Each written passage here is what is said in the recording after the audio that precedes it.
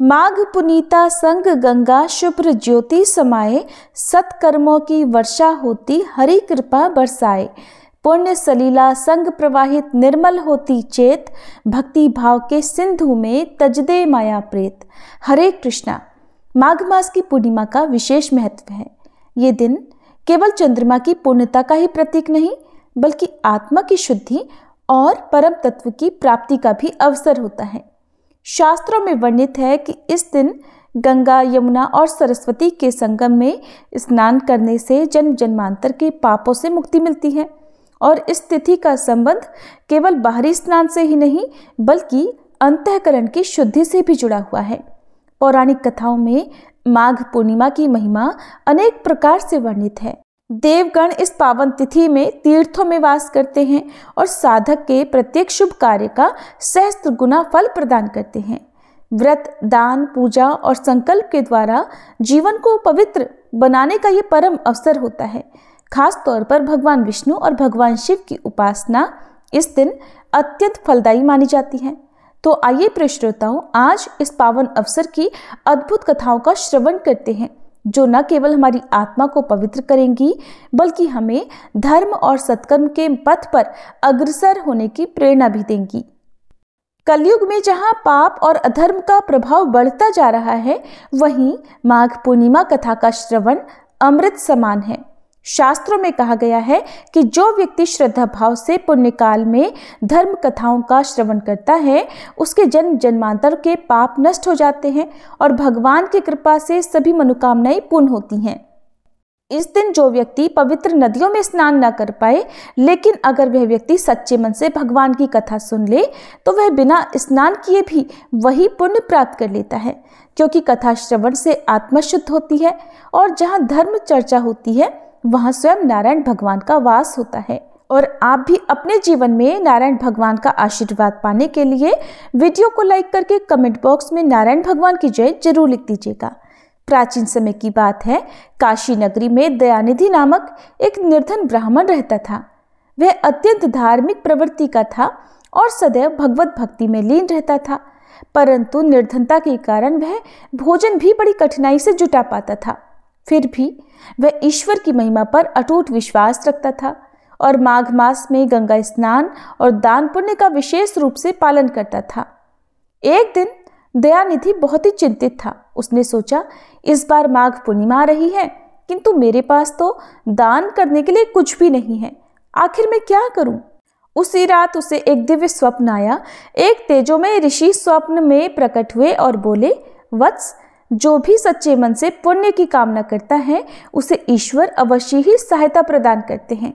इस पूर्णिमा पर तुम जो भी श्रद्धा पूर्वक दान करोगे, वह सहस्त्र गुना होकर लौटेगा। सुबह होते ही दयानिधि ने अपने घर में देखा तो उसे आंगन में कुछ मुट्ठी भर अनाज और पुराने वस्त्र मिले। उसने सोचा, यही मेरी श्रद्धा की परीक्षा है। वह गंगा तट पर आया, स्नान किया और वहां एक भूखे साधु को अपना अन्न और धुले हुए वस्त्र दान कर दिए।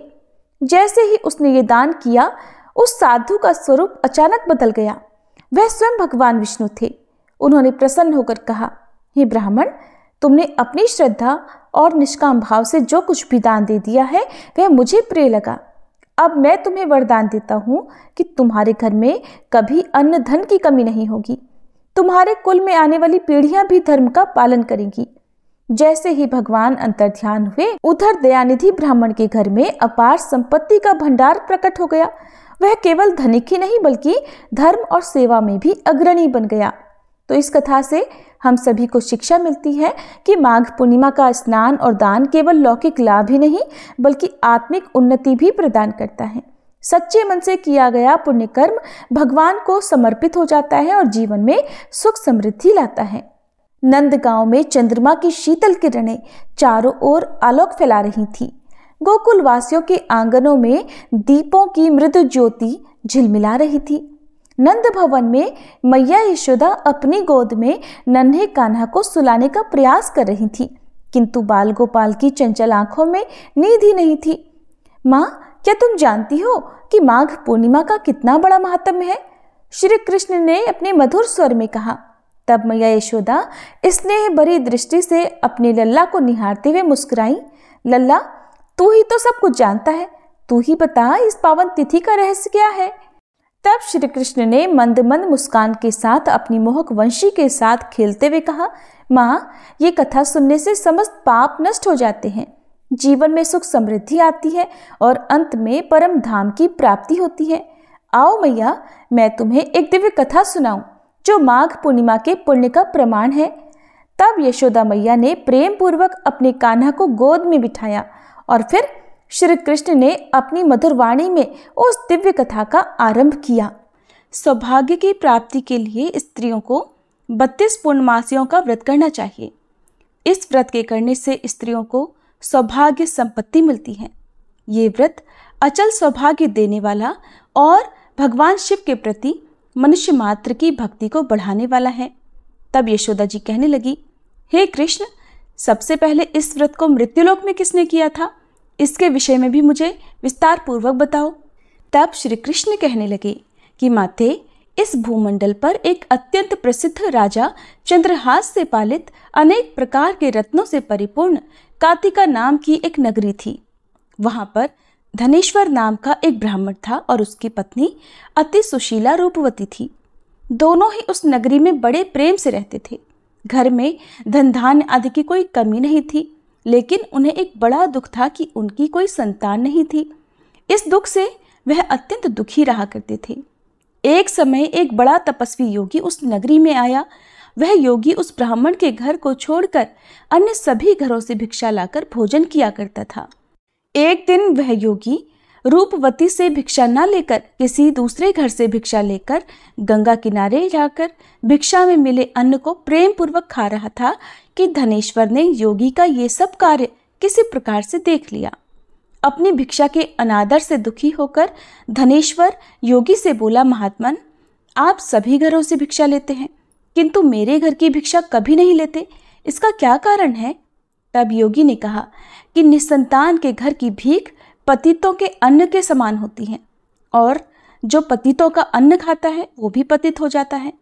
क्योंकि तुम निसंतान हो, इसलिए पतित हो जाने के भय से मैं तुम्हारे घर की भिक्षा नहीं लेता।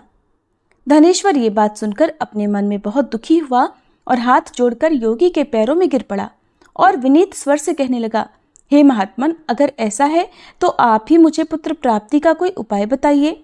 आप तो सब कुछ जानने वाले हैं, मुझ पर ये अवश्य ही कृपा कीजिए। धन की मेरे घर में कोई कमी नहीं, किंतु कोई पुत्र न होने के कारण मैं अत्यंत दुखी हूँ। आप मेरे इस दुख को दूर करें। यह सुनकर योगी कहने लगे, हे ब्राह्मण, तुम देवी चंडी की आराधना करो। फिर घर आकर उसने अपनी पत्नी से सारा वृतांत कहा और खुद तपस्या करने के लिए वन में चला गया। वन में जाकर उसने देवी चंडी की उपासना की और उपवास किया।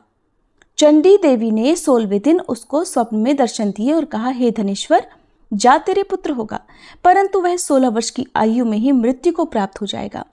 अगर तुम दोनों पति पत्नी 32 पूर्णमासियों का व्रत विधि पूर्वक करोगे तो वह दीर्घायु होगा। जितनी तुम्हारी सामर्थ्य हो, आटे के उतने दिए बनाकर शिवजी का पूजन करना, किंतु पूर्णमासी को 32 की संख्या पूरी हो जानी चाहिए। प्रातःकाल होने पर इस स्थान के पास ही तुम्हें आम का एक वृक्ष दिखाई देगा। उस पर चढ़कर तुम एक फल तोड़कर जल्दी अपने घर चले जाना और अपनी पत्नी से सारा वृतांत कहना। ऋतु स्नान के बाद वह स्वच्छ होकर श्री शंकर जी का ध्यान करके उस फल को खा लेगी। तब शंकर भगवान की कृपा से उसको गर्भ ठहर जाएगा। जब वह ब्राह्मण प्रातःकाल उठा तो उसने उस स्थान के पास ही आम का एक वृक्ष देखा जिस पर अत्यंत सुंदर आम का एक फल लगा हुआ था। ब्राह्मण ने उस आम के वृक्ष पर चढ़कर फल को तोड़ने का प्रयास किया, किंतु वृक्ष पर कई बार प्रयास करने पर भी वह नहीं चढ़ पाया। अब तो ब्राह्मण को बड़ी चिंता हुई। तब वह विघ्न विनाशक श्री गणेश जी की वंदना करने लगा कि हे दयानिधे, अपने भक्तों के विघ्नों का नाश करके उनके मंगल कार्य को करने वाले, दुष्टों का नाश करने वाले, रिद्धि सिद्धि के देने वाले, आप मुझ पर कृपा करें। प्रभु, मुझे इतना बल दें कि मैं अपने मनोरथ को पूर्ण कर सकूं। इस प्रकार सच्चे मन से गणेश भगवान की प्रार्थना करने पर वह भगवान की कृपा से वृक्ष पर चढ़ गया। वृक्ष पर से फल तोड़कर उसने घर आकर अपनी पत्नी को वह फल लाकर दे दिया और उसकी पत्नी ने अपने पति के कहे अनुसार उस फल को खा लिया और वह गर्भवती हो गई। देवी चंडी की असीम कृपा से उसे एक अत्यंत सुंदर पुत्र हुआ, जिसका नाम उन्होंने देवीदास रखा। माता पिता के हर्ष और शोक के साथ वह बालक शुक्ल पक्ष के चंद्रमा की तरह अपने पिता के घर में बढ़ने लगा। देवी की कृपा से वह बालक बहुत ही सुंदर, सुशील और विद्या में बहुत निपुण हो गया। देवी की आज्ञा अनुसार उसकी माता ने 32 पूर्णमासी का व्रत रखना आरंभ कर दिया, जिससे उसका पुत्र बड़ी आयु वाला हो जाए। 16वां वर्ष लगते लगते देवीदास के माता पिता को बड़ी चिंता हो गई कि कहीं उनके पुत्र की इस वर्ष मृत्यु न हो जाए। इसलिए उन्होंने अपने मन में विचार किया कि अगर ये दुर्घटना उनके सामने हो गई तो वे कैसे सहन कर सकेंगे। इसलिए उन्होंने देवीदास के मामा को बुलाया और कहा, हमारी इच्छा है कि देवीदास 1 वर्ष तक काशी में जाकर विद्या अध्ययन करे और उसको तुम अकेला कभी नहीं छोड़ना। इसलिए तुम साथ में जाओ और 1 वर्ष के बाद इसको वापस लौटा लाना। सारा प्रबंध करके उसके माता पिता ने काशी जाने के लिए देवीदास को एक घोड़े पर बिठाया और उसके मामा को उसके साथ कर दिया। किंतु बालक के अल्पायु होने की बात बालक को या उसके मामा को नहीं कही। धनेश्वर ने अपनी पत्नी के साथ मिलकर अपने पुत्र की मंगल कामना और दीर्घायु के लिए देवी भगवती की आराधना और पूर्णमासियों का व्रत आरंभ कर दिया। इस प्रकार बराबर 32 पूर्णमासी का व्रत पूरा किया। कुछ समय बीतने के बाद एक दिन वह दोनों मामा और भांजे रास्ते में रात बिताने के लिए किसी ग्राम में ठहरे हुए थे। उस दिन उस गांव में एक ब्राह्मण की अत्यंत सुंदरी, सुशीला, विदुषी और गुणवती कन्या का विवाह होने वाला था। जिस धर्मशाला के अंदर वर और उसकी बारात ठहरी हुई थी, उसी धर्मशाला में देवीदास और उसके मामा भी ठहरे हुए थे। संयोगवश कन्या को तेल आदि चढ़ाकर मंडप आदि का कर्म किया गया तो लग्न के समय वर को धनुर्वात हो गया। वह हिलने डुलने और चलने में बिल्कुल असमर्थ हो गया। तब वर के पिता ने अपने परिवारजनों से परामर्श करके निश्चय किया कि ये देवीदास मेरे पुत्र जैसा ही सुंदर है, मैं इसके साथ ही लगन करा दूं और बाद में विवाह के सभी कार्य मेरे पुत्र के साथ हो जाएंगे। ऐसा सोचकर देवीदास के मामा से जाकर वह बोला कि तुम थोड़ी देर के लिए अपने भांजे को हमें दे दो, जिससे विवाह के लग्न का सारा कार्य सुचारू रूप से हो सके।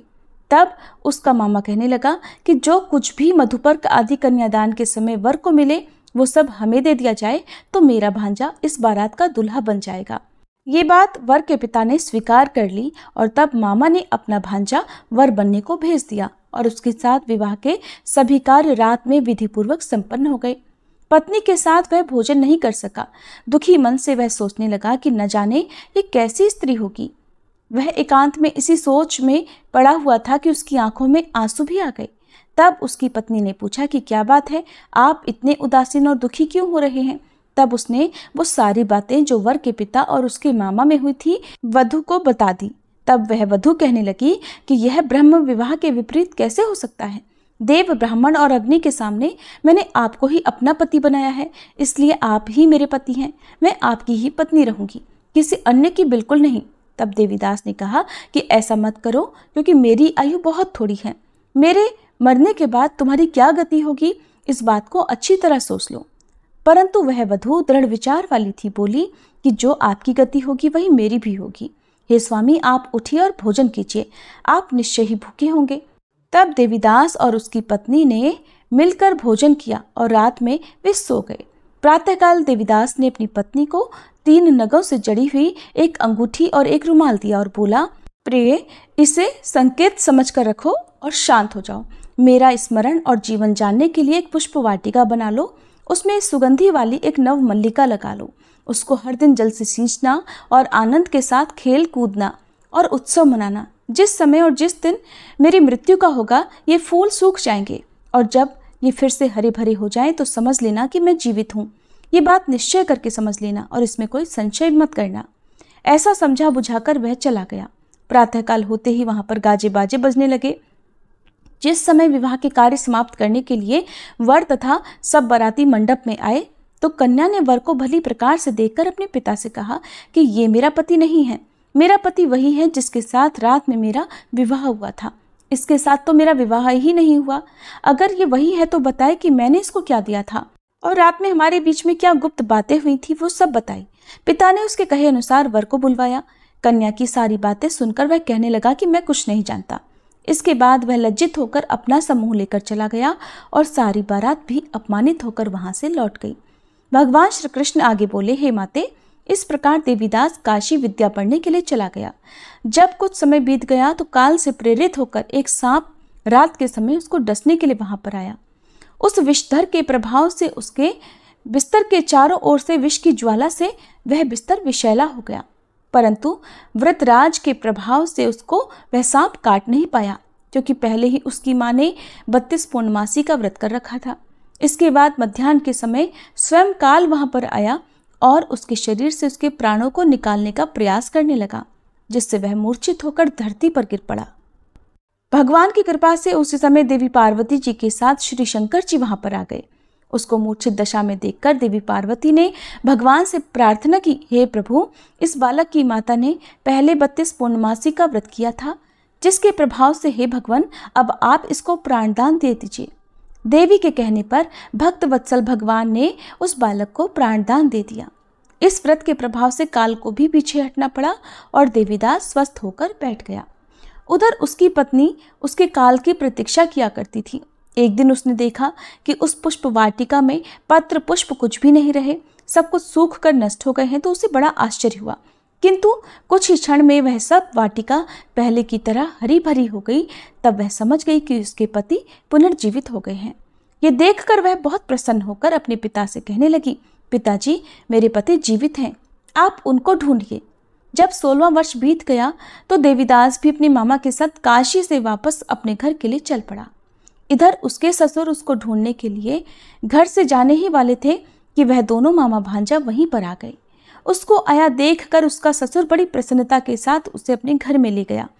उस समय नगर के निवासी भी वहां इकट्ठा हो गए और फिर सब ने निश्चय किया कि अवश्य ही इस बालक के साथ इसी कन्या का विवाह हुआ था। उस बालक को जब कन्या ने देखा तो पहचान लिया और कहा कि ये तो वही है जो संकेत करके गए थे। फिर सब कहने लगे कि भला हुआ जो ये आ गया, और तब सब नगरवासियों ने खूब आनंद मनाया। कुछ दिन के बाद देवीदास अपनी पत्नी और अपने मामा के साथ अपने ससुर के घर से बहुत सारा उपहार लेकर अपने घर की ओर चल पड़ा। जब वह अपने नगर के निकट गया तो कई लोगों ने उसे देखकर उसके माता पिता को पहले ही जाकर सूचना दे दी कि तुम्हारा पुत्र देवीदास अपनी पत्नी और मामा के साथ आ रहा है। ऐसा सुनकर पहले तो उन्हें विश्वास ही नहीं हुआ, किंतु जब और लोगों ने भी आकर उनकी बात का समर्थन किया तब उन्हें बड़ा आश्चर्य हुआ। इतने में ही देवीदास भी अपने घर पहुंच गया और देवीदास ने अपने माता पिता के चरणों में सिर रखकर प्रणाम किया और उसकी पत्नी ने भी अपने सास ससुर के चरणों को स्पर्श किया। तो माता पिता ने अपने पुत्र और पुत्रवधू को अपने हृदय से लगा लिया और सबकी आंखों से प्रेम के आंसू बहने लगे। अपने पुत्र और पुत्रवधू के आने की खुशी में धनेश्वर ने बड़ा भारी उत्सव किया और ब्राह्मणों को भी बहुत सी दान दक्षिणा देकर प्रसन्न किया। भगवान श्री कृष्ण कहने लगे, माते, इस प्रकार धनेश्वर 32 पूर्णमासियों के व्रत के प्रभाव से पुत्रवान हो गया। जो भी स्त्रियां इस व्रत को करती हैं वे जन्म जन्मांतर में भी वैधव्य का दुख नहीं भोगती और सदैव सौभाग्यवती रहती हैं। ये मेरा वचन है, इसमें कोई संदेह नहीं। यह व्रत पुत्र पौत्रों को देने वाला तथा संपूर्ण मनोकामनाओं को पूर्ण करने वाला है। 32 पूर्णमासियों के व्रत करने से व्रती की सारी इच्छाएं भगवान की कृपा से पूर्ण हो जाती हैं।